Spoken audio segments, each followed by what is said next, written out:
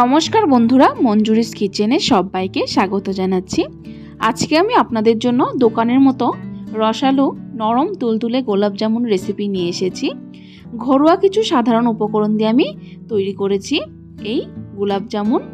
এই গোলাপ জামুন কিন্তু আপনারা ঘরে ঝটপট বানিয়ে নিতে পারেন। আপনাদের ঘরে কোনো গেস্ট এসে থাকলে ঝটপট বানিয়ে দিতে পারেন এই গোলাপ জামুন। সো আসুন দেখে নেওয়া যাক কিভাবে বানাতে হয় এই গোলাপ জামুন রেসিপি। এখানে আমি নিয়ে নিয়েছি হাফ বাউল গুঁড়ো দুধ পরিমাণে 50 গ্রাম। তারপর নিয়ে নিয়েছি 1 টেবিল স্পুনের মতো সুজি। তারপর নিয়ে নিয়েছি 2 টেবিল স্পুনের মতো ময়দা। তারপর নিয়ে নিয়েছি আমি এখানে 1 টেবিল স্পুন আর হাফ টেবিল স্পুনের মতো ঘিটাকে মেল্ট করে নিয়েছি। এখন আমি সবগুলো উপকরণকে একসাথে এইভাবে মিশিয়ে নিব। দেখুন ঘিয়ের সাথে ভালো করে মিশিয়ে নিয়েছি। এখানে আমি দুধ নিয়ে নিয়েছি। দুধটাকে আমি বয়েল করে ঠান্ডা করে নিয়েছি। দুধ কখনো গরম ইউজ করবেন না। অল্প অল্প করে দুধ দিয়ে আমি একটা ডো তৈরি করে নিব। দুধটা কিন্তু একসাথে কখনো ইউজ করবেন না, তাহলে ডোটা নরম হয়ে যাবে। একটু একটু করে দুধ দিয়ে এইভাবে ডো বানিয়ে নেবেন। দেখুন একটা ডো বানিয়ে নিয়েছি। ঠিক এরকম ভাবে বানিয়ে নিতে হবে। তারপর আমি ডোটাকে ঢেকে রেখে দেব প্রায় আধ ঘন্টার জন্য, যেহেতু সুজি আছে, সুজিটা সুন্দর ফুলে যাবে। তারপর এখানে আমি গোলাপ জামুনের জন্য একটা চিনির শিরা বা রস তৈরি করে নিব। এখানে আমি 1 বাউল চিনি দিয়ে দিয়েছি। ওই সেম বাউল 1 বাউল জল দিয়ে দেব। তারপর আমি শিরাটাকে একটা স্পুনের সাহায্যে অনবরত লাড়তে থাকবো। এইভাবে কিন্তু অবশ্যই লাড়তে হবে, নইলে চিনিগুলো লেগে যেতে পারে। দেখুন চিনিগুলো আমার মেল্ট হয়ে যাচ্ছে। তারপর এখানে আমি দিয়ে দিচ্ছি 3টে ছোট এলাচ। খুব সুন্দর একটা গন্ধ আসবে। এখন আমার শিরাটা তৈরি হয়েছে কিনা দেখে নেব। শিরাটা আমি কিন্তু 1 বা 2 তার শিরা বানাবো না, জাস্ট আঠালো ভাব আসলে গ্যাসটা বন্ধ করে দেব। আমার তৈরি হয়ে গেছে শিরা। এখন আমি ডোটাকে দেখে নেব। দেখুন ডোটা কিন্তু একটু শক্ত হয়ে গেছে, যেহেতু সুজি আছে। তো একটু আমি দুধ দিয়ে আবার ভালো করে মেখে নেব ডোটাকে।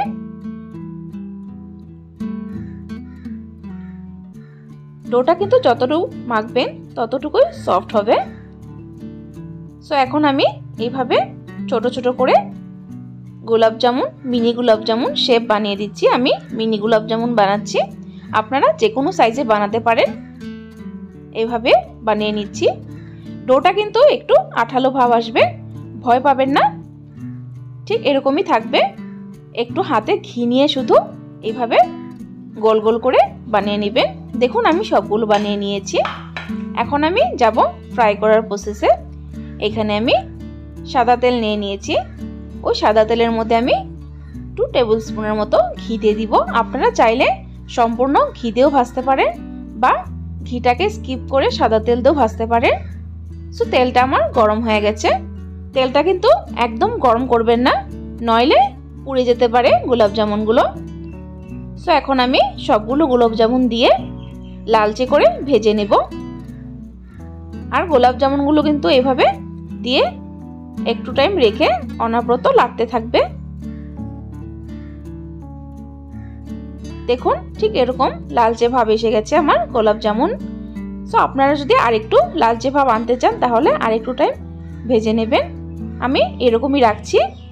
আমার গোলাপ জামুনটা ফ্রাই করা হয়ে গেছে।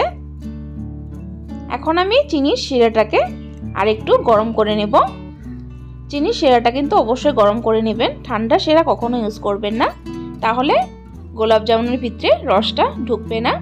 সো একটু গরম করে তারপর আমি গোলাপ জামুনগুলো দিয়ে দিচ্ছি। গোলাপ জামুনগুলো দিয়ে একটু সময় নেড়ে চেড়ে তারপর আমি ঢাকা দিয়ে রেখে দিব প্রায় 2-3 ঘন্টার জন্য। যত সময় রাখবেন ততটাই গোলাপ জামুন ফুলে তুলতুলে হবে। আপনারা দেখতেই পাচ্ছেন গোলাপ জামুনটা কতটা ফুলে উঠেছে এবং কতটা রসালো হয়েছে আর কতটা সফট হয়েছে। আসুন দেখিয়ে দিচ্ছি আপনাদেরকে। দেখুন কতটা সফট হয়েছে। আপনাদেরকে ভিতরের অংশটাও দেখিয়ে দিচ্ছি কেটে। আমি কিন্তু গোলাপ জামুনে কোনো ধরনের বেকিং সোডা বা পাউডার ইউজ করিনি, তবুও দেখতে পাচ্ছেন কতটা সফট হয়েছে এবং কতটা পারফেক্টলি তৈরি হয়েছে গোলাপ জামুন।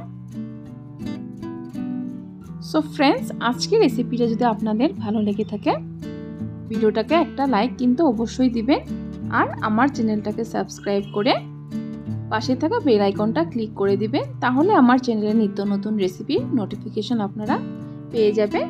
আমার ভিডিওটা সম্পূর্ণ দেখার জন্য আপনাদেরকে অসংখ্য ধন্যবাদ জানাচ্ছি।